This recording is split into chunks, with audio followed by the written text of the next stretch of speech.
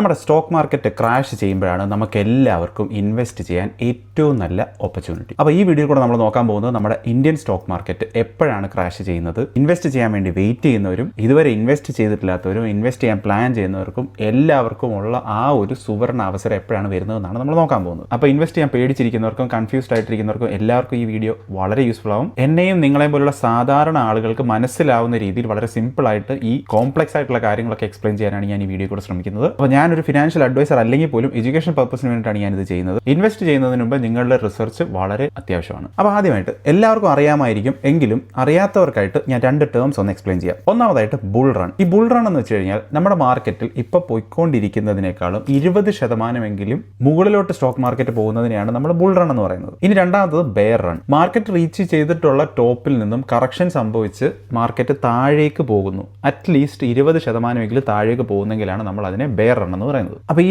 രണ്ട് ടേംസ് നമ്മളൊന്ന് ഓർത്ത് വയ്ക്കണം. ഇനി നമ്മൾ നിഫ്റ്റിയുടെ ചാർട്ട് ഒന്ന് എടുത്ത് വെച്ച് നോക്കുകയാണ്. അപ്പോൾ നിഫ്റ്റിയുടെ ചാർട്ട് എടുത്ത് വെച്ച് നോക്കുക എന്ന് പറയുമ്പോൾ തന്നെ നമുക്ക് ആർക്കും മനസ്സിലാവാത്ത ക്യാൻഡിൽ സ്റ്റിക്സ് ഒക്കെ എടുത്ത് വെച്ച് വലിയ കൺഫ്യൂഷൻ ആക്കുകയാണെന്നൊന്നും നിങ്ങൾ കരുതണ്ട. ചാർട്ട് റീഡ് ചെയ്യാൻ അറിയാമെങ്കിലും അറിയില്ലെങ്കിലും എല്ലാ കാര്യങ്ങളും വളരെ സിമ്പിളായിട്ട് ഞാൻ പറഞ്ഞു തരാം. നിങ്ങൾക്ക് ഇതിനു മുമ്പ് ചാർട്ട് റീഡ് ചെയ്യാനുള്ള നോളജ് ഉണ്ടെങ്കിലും ഇല്ലെങ്കിലും അതൊന്നും പ്രശ്നമല്ല, നിങ്ങൾ കണ്ടിന്യൂ ചെയ്ത് കണ്ടോളുക. അപ്പോൾ നമുക്ക് ഈ ചാർട്ടിൽ കാണാൻ പറ്റും 2008 ഒരു വലിയ ക്രാഷ് സംഭവിച്ചിട്ടുണ്ട്. പിന്നെ ചെറിയ ക്രാഷുകളൊക്കെ നടന്നു. അതിനുശേഷം 2020 കോവിഡിനോടനുബന്ധിച്ച് വളരെ വലിയൊരു ക്രാഷ് നടന്നു. പിന്നെ വീണ്ടും 2022 മറ്റൊരു ക്രാഷ് നടന്നു. പക്ഷെ നമ്മൾ ഈ ഹോൾ ചാർട്ട് ഒന്ന് സൂം ഔട്ട് ചെയ്ത് നോക്കിയാൽ നമുക്ക് മനസ്സിലാവും ഓവറോൾ നമ്മുടെ ചാർട്ടിന്റെ ട്രെൻഡ് മുകളിലോട്ട് തന്നെയാണ് പോകുന്നത്. പക്ഷേ എങ്കിലും നമ്മൾ ഈ ക്രാഷ് ആയ സമയത്ത് എപ്പോഴെങ്കിലും ഒക്കെ ഇൻവെസ്റ്റ് ചെയ്തിട്ടുണ്ടെങ്കിൽ ഡെഫിനറ്റ് ആയിട്ടും നമുക്ക് നല്ല റിട്ടേൺസ് തന്നെ ആയിരിക്കും ഇപ്പോൾ കിട്ടുന്നത്. ബട്ട് ഞാൻ നിങ്ങളോടെല്ലാം വളരെ സിമ്പിൾ ആയിട്ടൊരു ക്വസ്റ്റ്യൻ ചോദിക്കുകയാണ്. നിങ്ങളിത് ഈ ഒരു ചാർട്ട്, ഈ നിഫ്റ്റിയുടെ തന്നെ ഈ ചാർട്ട് എടുത്ത് വെച്ചിട്ട് നിങ്ങൾക്ക് ഇഷ്ടമുള്ള സ്ഥലത്ത് ഒന്ന് തൊടുക. ഏതെങ്കിലും ഒരു പോയിന്റ് പിക്ക് ചെയ്യുക. നിങ്ങൾ കണ്ണടച്ച് നിങ്ങൾക്ക് ഇഷ്ടമുള്ള പോയിന്റ് പിക്ക് ചെയ്യാം. ഇനി നിങ്ങൾ പിക്ക് ചെയ്ത പോയിന്റിൽ നിന്നും കൃത്യം 7 വർഷം ഒന്ന് പുറമോട്ട് പോവുക. അതായത് നിങ്ങൾക്ക് ഇഷ്ടമുള്ള ഏതെങ്കിലും ഒരു പോയിന്റ് നിങ്ങൾ ഈ ചാർട്ടിൽ പിക്ക് ചെയ്യുക. അതിനുശേഷം അവിടെ നിന്ന് 7 വർഷം പുറമോട്ട് പോവുക. നിങ്ങൾ പിക്ക് ചെയ്ത പോയിന്റ് ആ 7 വർഷം മുമ്പ് കിട്ടിയ പോയിന്റിനേക്കാളും മുകളിലായിരിക്കും. നമുക്ക് എല്ലാവർക്കും വളരെ ക്ലിയർ ആയിട്ട് മനസ്സിലാവാനായിട്ട് ഞാനൊരു എക്സാമ്പിൾ കാണിക്കാം. അപ്പോൾ നമ്മളെല്ലാവരും നമ്മുടെ ലൈഫ് ടൈമിൽ, ഈ വീഡിയോ കണ്ടുകൊണ്ടിരിക്കുന്ന മിക്ക ആളുകളുടെയും ലൈഫ് ടൈമിൽ കണ്ടിട്ടുള്ള ഏറ്റവും വലിയ ഫോളുകളിൽ ഒന്നായിരിക്കും കോവിഡിൻ്റെ ഫോൾ. നമുക്ക് ആ കോവിഡിൻ്റെ ഫോൾ നടന്ന 2020 തന്നെ ഒരു പോയിന്റ് അങ്ങ് പിക്ക് ചെയ്യാം. അവിടെ നിന്ന് നമ്മൾ 7 വർഷം പുറമോട്ട് ഒരു പോയിന്റ് പിക്ക് ചെയ്യുന്നു. അതായത് 2020 ഈ ഒരു പോയിന്റ് നമ്മൾ പിക്ക് ചെയ്യുന്നു. അതിനുശേഷം 2013, 7 വർഷം മുമ്പുള്ള 2013 ഒരു പോയിന്റ് നമ്മൾ പിക്ക് ചെയ്യുന്നു. നമുക്ക് ക്ലിയർ ആയിട്ട് മനസ്സിലാവും നമ്മൾ ഈ പിക്ക് ചെയ്തിരിക്കുന്ന 2020 പോയിന്റ് തന്നെയാണ് മുകളിൽ നിൽക്കുന്നത്. അതായത് സിമ്പിളായിട്ട് പറഞ്ഞാൽ 2013 100 രൂപ നമ്മൾ ഇൻവെസ്റ്റ് ചെയ്തിട്ടുണ്ടെങ്കിൽ പോലും മാർക്കറ്റ് ക്രാഷ് ചെയ്ത് നമ്മളൊക്കെ കണ്ടിട്ടുള്ളതിലേക്കും വെച്ച് ഏറ്റവും വലിയ ക്രാഷുകളിൽ ഒന്നായ കോവിഡിന്റെ ക്രാഷിൽ പോലും നമ്മൾ പ്രോഫിറ്റിൽ തന്നെ ആയിരിക്കും നിൽക്കുന്നത്. പക്ഷേ ഞാൻ പറയുന്നു, നമുക്ക് കൃത്യമായിട്ട് ഈ ക്രാഷ് ഒക്കെ പ്രെഡിക്റ്റ് ചെയ്യാൻ പറ്റുമെങ്കിൽ കൃത്യമായിട്ട് ആ ക്രാഷിൽ തന്നെ എൻ്റർ ചെയ്ത് പൈസ ഇൻവെസ്റ്റ് ചെയ്ത് കഴിഞ്ഞാൽ നമുക്ക് നല്ല റിട്ടേൺസ്, ഒരു സാധാരണക്കാരൻ ഉണ്ടാക്കാൻ പറ്റുന്നതിൻ്റെ ഇരട്ടിയോ 4 ഇരട്ടിയോ റിട്ടേൺസ് നമുക്ക് ഉണ്ടാക്കാൻ സാധിക്കും. പക്ഷേ ഇവിടെ 5 ലക്ഷം പേരിൽ താഴെ മാത്രം വോട്ട് ചെയ്യുന്ന ഒരു പഞ്ചായത്ത് ഇലക്ഷൻ്റെ റിസൾട്ട് പോലും നമുക്ക് പ്രോപ്പറായിട്ട് പ്രെഡിക്റ്റ് ചെയ്യാൻ പറ്റുന്നില്ല. അപ്പോൾ നമ്മൾ തന്നെ ഒന്ന് ചിന്തിച്ച് നോക്കുക, കോടിക്കണക്കിന് ആളുകൾ ഓരോ ദിവസവും പങ്കെടുക്കുന്ന, ഇമോഷണലി വളരെയധികം അഫക്റ്റഡ് ആയിട്ട് മാറുന്ന സ്റ്റോക്ക് മാർക്കറ്റ് പോലെ ഒരു സംഭവം അതെങ്ങനെ നമ്മൾ പ്രെഡിക്റ്റ് ചെയ്യും? നമ്മളെ വിട്ടേക്കൂ, എക്സ്പേർട്സ് എങ്ങനെ പ്രെഡിക്റ്റ് ചെയ്യും? എക്സ്പേർട്സിന് പോലും അത്ര എളുപ്പത്തിൽ പ്രെഡിക്റ്റ് ചെയ്യാൻ പറ്റുന്ന ഒരു കാര്യമല്ല സ്റ്റോക്ക് മാർക്കറ്റ് മുകളിലോട്ടാണോ താഴോട്ടാണോ ക്രാഷ് സംഭവിക്കാൻ പോകുന്നുണ്ടോ എന്ന് പറയുന്നത്. അപ്പോൾ സിമ്പിളായിട്ട് പറഞ്ഞാൽ തെറ്റായിട്ടുള്ള സമയത്ത് പോയി ഇൻവെസ്റ്റ് ചെയ്യുന്നത് കൊണ്ടല്ല നമ്മളുടെയൊക്കെ പണം നഷ്ടമാവുന്നത്. നമ്മളെപ്പോലെയുള്ള സാധാരണക്കാരുടെയൊക്കെ പണം നഷ്ടമാവുന്നത് നമ്മൾ ഈ മാർക്കറ്റ് ക്രാഷിന് വേണ്ടിയിട്ടോ അതല്ലെങ്കിൽ കൃത്യമായിട്ടൊരു എൻട്രി പോയിന്റിന് വേണ്ടിയിട്ടോ വെയിറ്റ് ചെയ്താണ് നമ്മുടെ പണം മുഴുവൻ നമുക്ക് നഷ്ടമായി ഇൻഫ്ലേഷൻ്റെ കയ്യിൽ കൊടുക്കുന്നത്. പക്ഷേ അപ്പോഴും ഞാൻ പറയാൻ പോകുന്നത്, ഈ മാർക്കറ്റ് ക്രാഷ് ഉണ്ടാകുന്ന സമയത്ത് നമ്മളെപ്പോലുള്ള സാധാരണ ആളുകൾക്കും ഗുണമുള്ള പല കാര്യങ്ങളും ഉണ്ട്. നമുക്കതൊക്കെ ചെയ്യാൻ സാധിക്കും. അത് മുമ്പോട്ട് ഞാൻ ഈ വീഡിയോയിൽ പറയാം. അപ്പോൾ നമുക്ക് സ്റ്റോക്ക് മാർക്കറ്റിൽ ഇൻവെസ്റ്റ് ചെയ്യുന്ന ആളുകളെ രണ്ടായിട്ട് തിരിക്കാം. ഒന്ന്, നമ്മൾ മാർക്കറ്റ് വാച്ച് ചെയ്യാനോ ന്യൂസ് കാണാനോ ഇതിനൊന്നും നമുക്ക് ഒട്ടും സമയമില്ല. അങ്ങനെയുള്ളവർക്ക് നിങ്ങളിപ്പോൾ ചെയ്തുകൊണ്ടിരിക്കുന്ന SIP കൃത്യമായിട്ട് മുമ്പോട്ട് ഫോളോ ചെയ്തു പോവുക.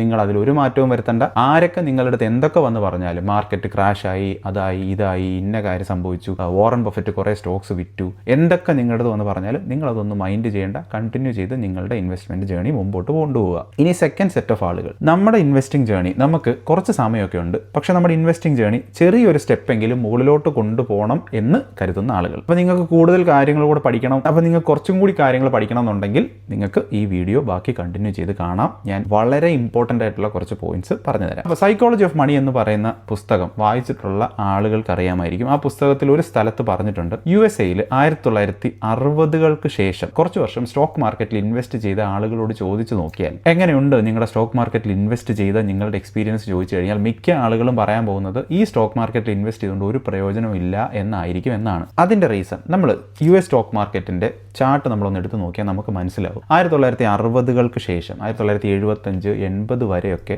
ഈ സ്റ്റോക്ക് മാർക്കറ്റ് വളരെ സ്റ്റാഗ്നൻ്റ് ആയിട്ടാണ് നിന്നത്. അതായത് വലിയ രീതിയിൽ മുകളിലോട്ടൊന്നും പോയിട്ടില്ല, ഒരനക്കവും ഇല്ലാതാണ് ആ സമയത്ത് അത് കിടന്നിരുന്നത്. അപ്പോൾ അതുകൊണ്ട് തന്നെ ഈ സമയത്ത് ഈ 1960-കൾക്ക് ശേഷം അങ്ങോട്ട് ഇൻവെസ്റ്റ് ചെയ്ത ആളുകളാണ് സ്റ്റോക്ക് മാർക്കറ്റിൽ ഏറ്റവും അൺഫോർച്ചുനേറ്റ് ആയിട്ടുള്ള ആളുകളിൽ പെടുന്ന ആളുകൾ. പക്ഷേ അതിനുശേഷം ഈ 1975, 80-കൾക്കൊക്കെ ശേഷം നിങ്ങൾ ഈ ചാർട്ട് എടുത്ത് നോക്കിയിട്ട് ഞാൻ നേരത്തെ പറഞ്ഞ ആ 7-ഇയർ ബ്ലൈൻഡ് ടെസ്റ്റ് ഒന്ന് നടത്തി നോക്കിയാൽ, ഈ 7-ഇയർ ബ്ലൈൻഡ് ടെസ്റ്റ് എന്ന് പറയുന്നത് ഒഫീഷ്യലായിട്ടൊരു ടെസ്റ്റ് ഒന്നുമല്ല, ഞാൻ തന്നെ ഇതിന് ഇട്ട ഒരു പേര് തന്നെയാണ് ഈ 7-ഇയർ ബ്ലൈൻഡ് ടെസ്റ്റ് എന്ന്. നാളെ ലോകം അതിനെ 7-ഇയർ blind test by Afi Cherian എന്ന് വാഴ്ത്തിപ്പാടും. ബട്ട് എനിവേ, ഞാൻ പറഞ്ഞു വന്നത് ഈ സ്റ്റോക്ക് മാർക്കറ്റിൻ്റെ ഈ ഒരു ചാർട്ട് നിങ്ങൾ എടുത്തു വെച്ചിട്ട് ഈ 7-ഇയർ ബ്ലൈൻഡ് ടെസ്റ്റ് നിങ്ങൾ വെറുതെ ഒന്ന് ചെയ്ത് നോക്കുക. അപ്പോൾ നിങ്ങൾക്ക് തന്നെ മനസ്സിലാവും ഞാൻ പറഞ്ഞ പോയിന്റിൻ്റെ അർത്ഥം എന്താണെന്ന്. ആ വർഷങ്ങൾക്കൊക്കെ ശേഷം എന്തുകൊണ്ടാണ് നമ്മുടെ ഇന്ത്യൻ സ്റ്റോക്ക് മാർക്കറ്റും US സ്റ്റോക്ക് മാർക്കറ്റും ഒക്കെ മുകളിലോട്ട് തന്നെ പൊയ്ക്കൊണ്ടിരിക്കുന്നത് എന്ന് പറയുന്ന ഒരു ഡീറ്റെയിൽഡ് എക്കണോമിക് അനാലിസിസ് ഞാൻ ഇതിനു വേണ്ടി ചെയ്യുന്നുണ്ട്. അങ്ങനെ ഞാനൊരു വീഡിയോ എത്രയും പെട്ടെന്ന് ഇറക്കുന്നതായിരിക്കും. താല്പര്യമുള്ളവർക്ക് അതും കാണാം. പക്ഷേ ആ കാര്യങ്ങൾ ഞാൻ ഈ വീഡിയോയിൽ ഉൾപ്പെടുത്തുന്നില്ല, കാരണം എല്ലാവർക്കും അത് കേൾക്കാൻ താല്പര്യം ഉണ്ടായിക്കൊള്ളണമെന്നില്ല. അപ്പോൾ സിമ്പിളായിട്ട് നമ്മളെപ്പോലുള്ള സാധാരണ ആളുകൾക്ക് ഞാൻ ഇത്രയും നേരം പറഞ്ഞ കാര്യങ്ങളിൽ നിന്നും ചെയ്യാൻ പറ്റുന്ന, നമ്മുടെ പ്രാക്ടിക്കലി അപ്ലൈ ചെയ്യാൻ പറ്റുന്ന കാര്യം എന്തൊക്കെയാണ്? ഒന്നാമതായിട്ട് മാർക്കറ്റ് ക്രാഷ് ഇനിയും ഉണ്ടാവും. വാർത്തകളിലൊക്കെ മാർക്കറ്റ് ക്രാഷ് ഉണ്ടായി എന്ന് നമ്മൾ പറഞ്ഞ് ഒരുപാട് കാര്യങ്ങൾ അവിടെ ഇവിടെയൊക്കെ കേട്ട് കഴിഞ്ഞാൽ നമ്മൾ പ്രത്യേകിച്ച് ഒന്നും ചെയ്യേണ്ടതായിട്ടുള്ള ആവശ്യമില്ല. നമ്മൾ കണ്ടിന്യൂസ് ആയിട്ട് ഇൻവെസ്റ്റ് ചെയ്തുകൊണ്ടിരിക്കുന്ന കാര്യം നമുക്ക് ഒരല്പം കൂടി കൂട്ടാൻ പറ്റുമെങ്കിൽ അത് ചെയ്യുക. ഇനി കൂട്ടിയില്ലെങ്കിലും സാരമില്ല, നിങ്ങൾ ഓൾറെഡി ഇൻവെസ്റ്റ് ചെയ്ത് വെച്ചിരിക്കുന്ന പൈസ ഒരു കാരണവശാലും വിഡ്രോ ചെയ്യരുത്. നിങ്ങൾക്ക് വിശ്വസിച്ച് നിങ്ങൾക്ക് നല്ല ഫെയ്ത്ത് ഉള്ള കാര്യത്തിലാണ് നിങ്ങൾ ഇൻവെസ്റ്റ് ചെയ്തിരിക്കുന്നതെങ്കിൽ നിങ്ങൾ ആ ഒരു മാർക്കറ്റ് ക്രാഷ് വരുന്ന സമയത്ത് ആ പൈസ മുഴുവൻ ഇൻവെസ്റ്റ് ചെയ്യുന്നത് വലിയ മണ്ടത്തരമാണ്. ഈ ഒരു പോയിന്റിനെ പറ്റി എനിക്ക് കുറച്ചും കൂടെ കാര്യങ്ങൾ പറയാനുണ്ട്. കാരണം ഈ മാർക്കറ്റ് ക്രാഷ് വരുന്നുണ്ട് എന്ന് പറയുന്ന സമയത്ത് ഈ ന്യൂസുകൾ ഒരുപാട് വലിയ റോൾ പ്ലേ ചെയ്യുന്നുണ്ട്. എവിടെയെങ്കിലുമൊക്കെ ഏതെങ്കിലുമൊക്കെ സ്റ്റോക്ക് മാർക്കറ്റ്, ഏറ്റവും മേജറായിട്ട് നമ്മുടെ നാട്ടിൽ കേൾക്കാൻ പറ്റുന്ന വാർത്ത US സ്റ്റോക്ക് മാർക്കറ്റോ ഇന്ത്യൻ സ്റ്റോക്ക് മാർക്കറ്റോ ഫോളോ ചെയ്യുന്ന സമയത്ത് ന്യൂസുകളിലൊക്കെ നമുക്ക് കാണാൻ പറ്റും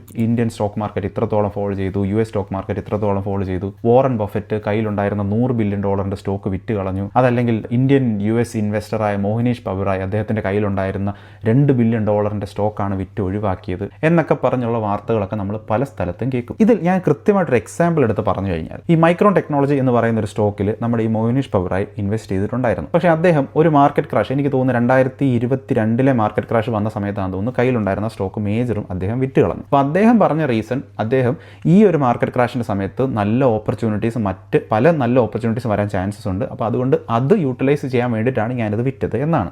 ഇതേപോലെ തന്നെ വാറൻ ബഫറ്റും അദ്ദേഹത്തിൻ്റെ കയ്യിലുള്ള ബില്യൺസ് ഓഫ് ഡോളേഴ്സിൻ്റെ സ്റ്റോക്സ് മാർക്കറ്റ് ക്രാഷ് വന്ന സമയത്ത് വിറ്റ് ഒഴിവാക്കിയിട്ടുണ്ട്. അതും അദ്ദേഹം ഇതേപോലത്തെ ഓപ്പർച്യൂണിറ്റി ക്യാഷ് ആയിട്ട് തന്നെയാണ് കൺവേർട്ട് ചെയ്തത് എന്നും അദ്ദേഹം പറഞ്ഞിട്ടുണ്ട്.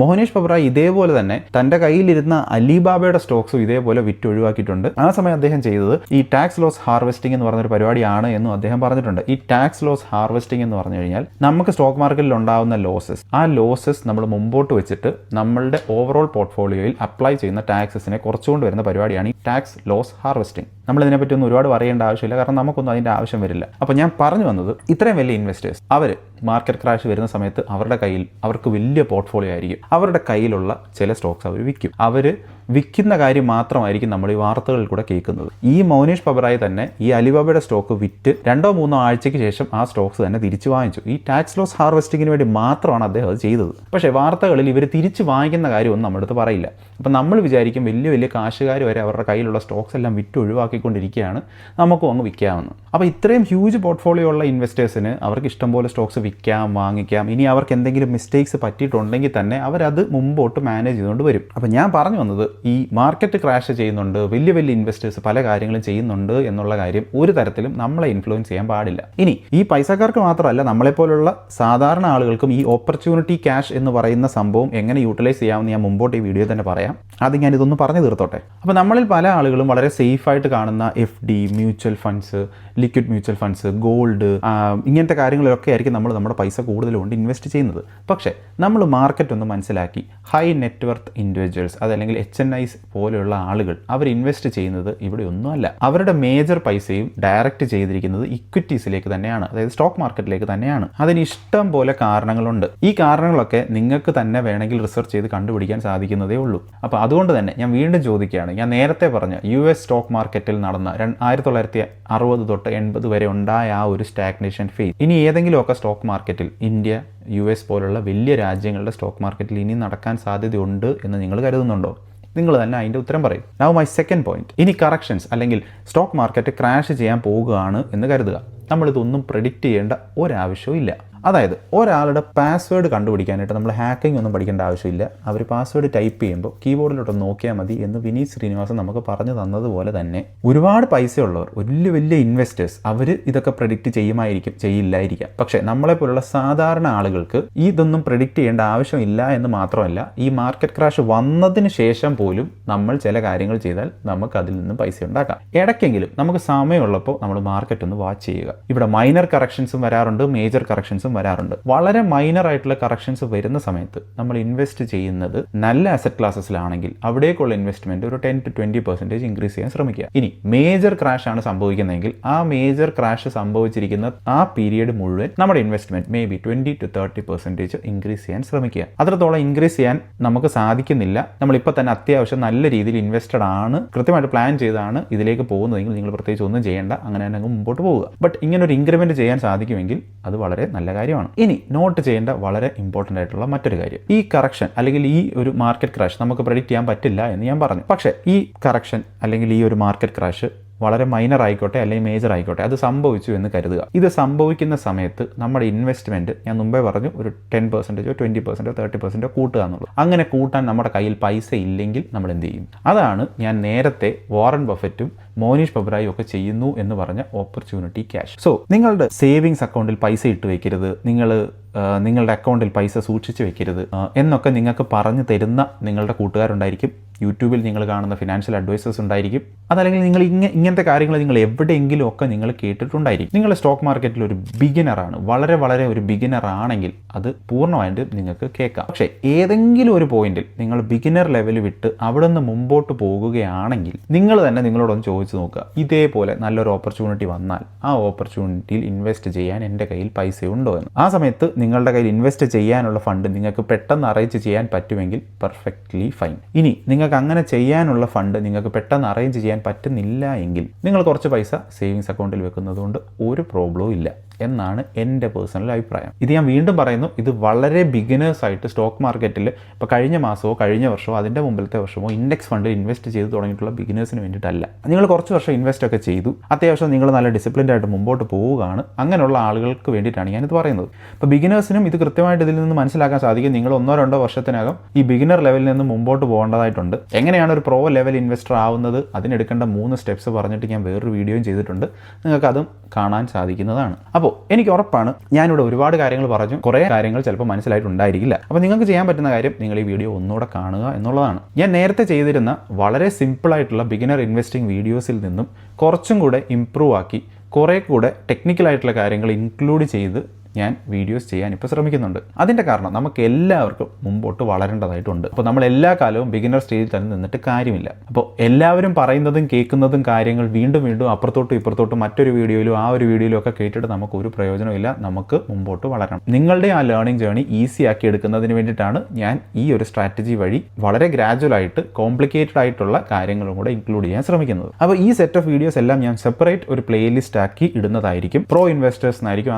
ആ ഒരു പ്ലേലിസ്റ്റിൻ്റെ പേര്. സോ താല്പര്യമുള്ളവർ ആ പ്രോ ഇൻവെസ്റ്റിംഗ് ജേർണി ആ പ്ലേലിസ്റ്റിലുള്ള എല്ലാ വീഡിയോസും കാണാൻ ശ്രമിക്കുക. ഇനി നിങ്ങളുടെ ബിഗിനർ ഇൻവെസ്റ്റിംഗ് ജേർണിയിലാണ് നിങ്ങളെങ്കിൽ, അതല്ലെങ്കിൽ പ്രോയിലേക്ക് കടന്നുകൊണ്ടിരിക്കുകയാണ്, നിങ്ങൾക്ക് നിങ്ങളുടെ ബിഗിനർ ഇൻവെസ്റ്റിംഗ് ജേർണിയിൽ ഉണ്ടായിരുന്ന വീഡിയോസ് ഒക്കെ ഒന്ന് റിഫ്രഷ് ചെയ്യണമെങ്കിൽ ആ പ്ലേലിസ്റ്റിലുള്ള വീഡിയോസ് എല്ലാം കാണാൻ പറ്റുന്നതാണ്. അപ്പോൾ ഓക്കെ, അടുത്ത വീഡിയോയിൽ കാണാം.